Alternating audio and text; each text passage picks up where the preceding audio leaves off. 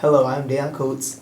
And I'm Sarah Grant. Welcome to Penn News. Today we are joined by Chris Franklin, the beat reporter for the Philadelphia Eagles. How are you today, Chris? Doing great, Dan. Thank you very much for having me on, man. How are you doing? I'm doing pretty good. I'm very excited to interview you today. I've been very interested on your career today. So to start off, do you like your job as a reporter? Oh yeah, I gotta say I love my job because I get to do what I really love to do. I mean, it combines two different things. I get to cover football, which is a very, very big passion of mine, and then also I get to write about people's careers, people that I see on that field, and do that. Because I'm a very, very big believer that everybody has an origin story. I mean, we've seen so many times now when we look at like the Marvel and DC, we see all the backgrounds and we see that, but to know that everybody has an origin story, and that's just another opportunity to tell that, and then to see how they progress and they go a long time. So that's really why I love this job. It's been great. That sounds amazing. As a reporter for the Eagles, are you the first to get like information from like straight off the field? Do you get the information straight off the field, or do you have to be relayed the information? Well, to be honest, it's a combination of things. It can be really tough. I mean, the one thing that, especially in ours, is a very competitive field, and when you're trying to get the info as best you can, you want to try to get it first. So if we develop sources and we build relationships, which is very key in our field, because that's how you find out what's going on with the team. That's how you find out other things. So we do that one thing. The team helps us out sometimes when they say, hey, you know what, we made a move. Somebody got hurt, so we're going to play some injury reserve. We find out stuff that way as well, too. Then we sometimes get stuff from the league saying, well, this, like different stats and everything. Like this past game where we played, the Eagles played against the Tennessee Titans, A.J. Brown set a record that hasn't been done in 5 years where he had so much separation. It was like 25 yards when he scored a touchdown thing. Stuff like that, it's like, hey, it's interesting, and I want to get people to get that information out there. So it's a combination of things, and then from direct sources themselves, the players, when we're in the locker room, when we're talking to them, like when they come in there and they're on the podium, stuff like that. We get to talk to them. So it's a combination of those things, but we really want to be first with that information, and we want to be accurate with that information when it comes to that as well, too. Okay. Outside of your reporting job, do you ever have like casual conversations with the players? Oh yeah, it gets a lot of fun. Like one thing with us, there's some guys when it comes to music, that's a big thing, and you hear random conversations there. It'll be stuff about food. For example, James Bradbury, the cornerback for the Eagles, like he told, I didn't know this. They have sushi Fridays there in the complex, and so I like sushi. Some people like sushi, so we just start talking about the different roles and stuff that we like, and it helps build those relationships that I mentioned beforehand. So, I mean, if we can get, we guys to get sushi with them, like if that's an idea for a story, if we get a lot of time, but little things like that, and you start to build that. Some of the guys I knew back from when I was covering Temple football, so building over time. So it's been a lot of fun with that. That's amazing. How long have you been doing the job for? Wow, I started in 2013, so I'm almost my 10th year. And the thing was, I've been with the Eagles for 3 years, but even before then, I was covering, I was doing some football stuff and doing college football, covering Temple University and seeing the football guys. That's how it's come kind of full circle when you're seeing guys like Hassan Reddick, when you see Sean Bradley, these guys that I used to see on the field at the same stadium back on Saturdays, they're now with the Eagles playing Sundays. And you feel like, all right, cool, you get to start to know these guys. So over that span of time, I've been learning about that stuff, and it's been really great. As a college reporter, did you have fun? Like when like covering college football? Yes, covering college football. Oh, it was, because it's night and day almost when it comes to the pro and the college game, because a lot of times we're not allowed access inside the locker rooms for college because they want to keep the message, they want to keep them focused, and also these guys have to study along as well too, so don't get that when they don't get that distraction. But it really is, because there's still some pureness. There was, at least anyway, before they started getting NILs and getting paid to play and stuff like that. But there's some pureness that was still too there. So you see these guys like, I can't wait. My dad went to this school and I went to this one. I want to follow in that steps. And you see that, and it's really cool. Then also the bowl games. I mean, granted, I know everybody talks the Super Bowl big in the NFL. That's the ultimate place. Well, in college football, you get all these different ones. They got the glamorous ones like the Rose Bowl, the Sugar Bowl, and you see all this stuff. And then, I kid you not, this is something I did cover, the Bad Boy Mowers Gasparilla Bowl. And you're like, all right, I guess it's a game when I went to. And I still remember from that time, and you see it's gimmicky, but they're bringing the podium out for the championship game, Temple won that game against FIU. They bring this podium out being pulled by a lawnmower, and you're just like, I'm like, what is going? All right, whatever. I'm here and this and that one too. So it was in a baseball stadium too. It was a weird atmosphere where you get to cover stuff like that. What makes it fun? It gives you some great stories, not only to tell people, but when you sit back and look at it, you're just like, all right, it's pretty cool. It's pretty cool. I have noticed that you have gotten to in Penn. What year did you graduate? Well, Sarah, I was in the class of 2002, and we recently had our 20th reunion here a couple months ago, and it's a lot of fun to see that, and it brings back a lot of memories. I mean, first of all, the studio that we're in right now, like this wasn't here, and I'm kind of jealous of you guys right now. You guys get to have something like this where you get to hone your craft, you get to practice in the studio, stuff like that. So.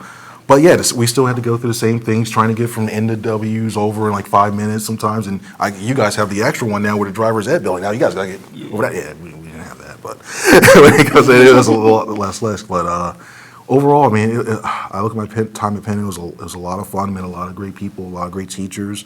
It's left a lasting impression on me through my time.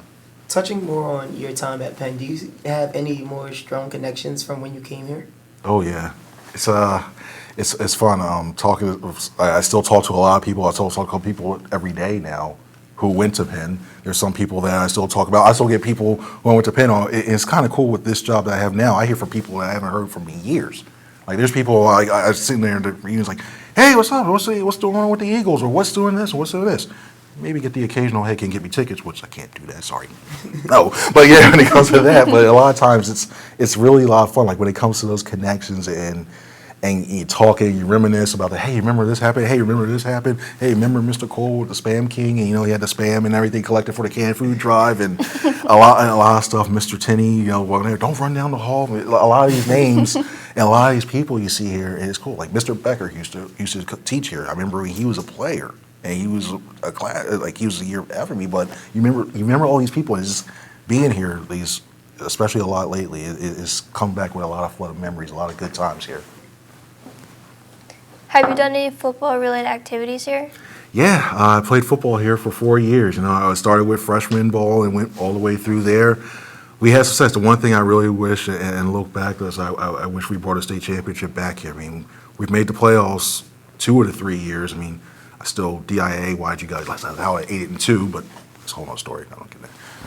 But anyway, I remember our senior year we had to play Newark back to back, and it was really tough. I mean, we lost the original conference championship game, 28-14, something like that. And it was like, all right, cool. But we have to play them again.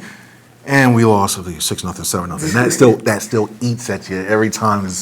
We were so close. And I really think that if we won that game, we were going to win the state championship. But it's cool because a lot of those guys that were on that team when I was a senior who were juniors were able to win the state championship the following year in 2000. And so it was a lot of fun, and it was great. It was a lot of really great. I have heard you also speak German. How did you become fluent?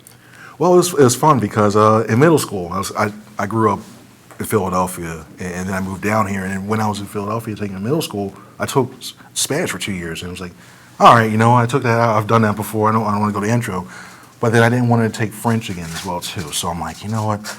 German's different. All right, I'll take German. And then I had Herr Dowling, and Herr Dowling I had him for 4 years, and I started to really, really grow and love the language. It's different. I mean, you don't hear that many people speaking German at all. They're walking around like, what are you saying? I remember there was this one time where they were having the International Language Night, and they were having the party afterwards.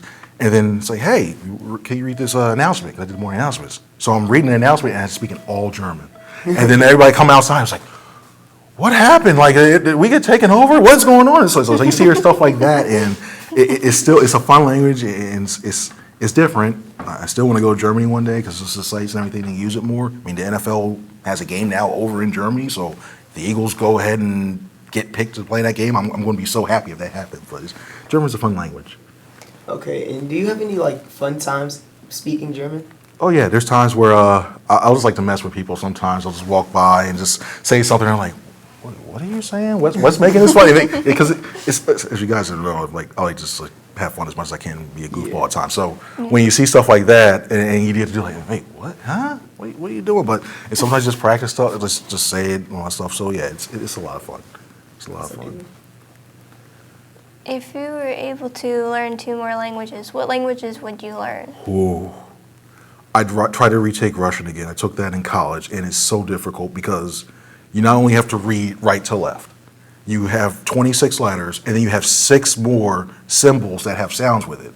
So you think we would go through the alphabet at Z, and then you got like this, and like, oh, what? I was like, nah, I had to switch out. I couldn't do that. So I would love to have a chance to do that, and I would love to learn Japanese because one thing I love starting to get more and more into love the culture of Japan, and it's one of those to the point where the NHK that station that comes on like deep down like the cable list. He's looking down like when there's nothing on TV, I'll just see like what's going on in the world, or especially on that part of the thing. I'll turn it on like 1:30. They don't speak in Japanese there, but you see the sense of the culture and everything else. So those are 2 languages that I really would love, and I think that would just add to the arsenal, just speaking conversationally. And when you're not working, do you binge watch any TV shows or watch any movies? I wish. I mean, I need to. A lot of stuff I'm watching again for. Like, I still need to catch up. And my friends, they still make fun of me. I still haven't finished Moon Knight. I still haven't seen the new Black Panther. And I'm really mad. And the part was, and the worst part is I see no players, and it was like a reminder, like, you have to watch this movie. You have to watch this movie because the players are watching it. They have scheduled. They were able to watch it in the NovaCare complex, their practice facility. I'm like, you know what? I need to watch this. Still haven't done that. There's so many series I need to catch up on that, but I mean, I could try to do it when I'm taking flights to the games and stuff like that. But half the time, like, I'll download it too. I'm going to watch this.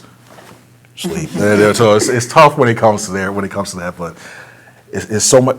We're seeing. I think, in my opinion, we're seeing like a renaissance of TV shows and movies that are out there. There's just so much good content that's out there. I wish I'd clone myself so I can take more time to watch a lot of stuff.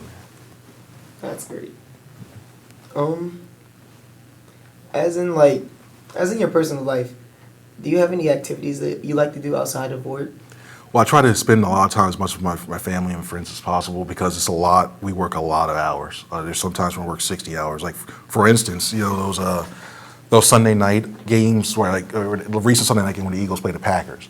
Yeah. A lot of people think like, oh, well, the game's over. Okay, these guys are leaving. They're writing. Okay, see you later. Go to bed. No, it's a long day. So, like, to give you guys some background, like what I do, like back there, basically try to arrive there 3 hours before the game. So I'm there like 5:30. I was there at 5:30 that night. Then you try to write your pregame stuff. Who's playing? Who's out? Who's in active? Actors and actors. Then watch the game, which is crazy. The crazy part is that's the easiest part. Watching the game, seeing what the teams are doing, seeing what formations like. Oh, they're doing this to Aaron Rodgers. Oh, they're stopping this way here, and this is what Jalen Hurts is doing. But then when the clock strikes 0 at the end and the game's over, that's when a lot of our real work begins. And we have to run into the locker room. We have to collect all these quotes. We ask the coach questions. We get all our things to try to figure out what's going on. Hey, this person was hurt. What's going on?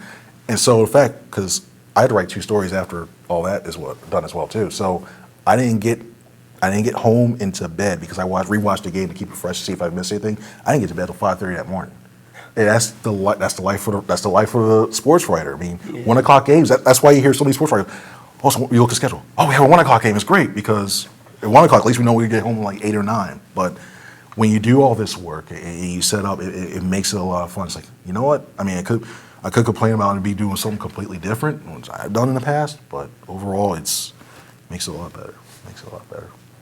As a fellow journalist, do you have any tips or tricks for us? Oh yeah, main thing I would say. Sorry, there's a couple things that I would definitely recommend for you guys. One, always be open to doing whatever story you can. Because the fun thing was, I started out, I didn't always be an Eagles reporter as well, too. I was on the news side. I was covering stuff where some really happy stuff, like whether it's stuff that goes on, like say what happened in William Penn, I would do it for the schools in South Jersey, to some heavier stuff where if somebody died, if there's a crime that was going on. I mean, I've been in tropical storms where 70-mile-per-hour winds, and 3 days later I'm still scratching sand out my beard and stuff like that. I've been to tornadoes where there's a really big tornado in Malka Hill in 2021. It was the biggest one in the state's history, an F3. And the funny thing was, like, I'm sitting in the office, and next thing you know, our layout guy, Glenn Compliment, he comes out and he's like, you see this? I'm like, I'm doing a podcast. Like, yeah, that's fine. And he's like, look. And I'm like, yeah, all of a sudden you see this brown cloud this round darkness just going across. So, and you see that, and then all of a sudden it just kicks in like, you know what? I could have gone like, I'm the Eagles reporter. I don't have to worry about this. But you want to be as versatile as you can to show that you're valued in your job. So, I was out there, put the news hat back on and helping out with that. So one thing is to, I would say, always be versatile. Second one is always be inquisitive. There's always something going on. Like it's okay to ask questions. There are no bad questions. Much as you're saying, oh, why they ask that? Sometimes those questions just gets people just to talk and open up. And so I think that's very, very important when you're doing the job as well too. Always be able to work hard and always keep always keep writing or always keep recording, whatever, if you guys go broadcast or print. Because not only will you help improve yourself as you go along, what you'll see is that you're starting to build basically a resume tape if you're doing video, or you're building your portfolio if you're doing writing. And the more and more you keep building that, because you never know what opportunities pop up. There's always somebody watching. You never know who's watching. It could be an editor going, you know what? I like the way they're presenting this way, or I like the way they're talking this way. And then next thing you know, you have that, like, hey, you have anything you want to write or you've done in the past? And that way you have you select your best stuff that you have already saved, and then you go, sure, no problem here. Here's my contact information. I will talk to you more. Then who knows? Next thing you know, I'm seeing you guys in the locker room. I'm seeing you guys out there in the field of news, whatever. So those would be just three of the things. I can go. I mean, if we had an hour or 2 hours, I'd go on and on and on. But those would probably be the ones that I definitely recommend for you guys. Thank you. Well, that concludes our interview for today. Thanks for coming today, Chris. Thank you guys. Thank you guys very much for having me on. I appreciate it. Thank you. Thank you.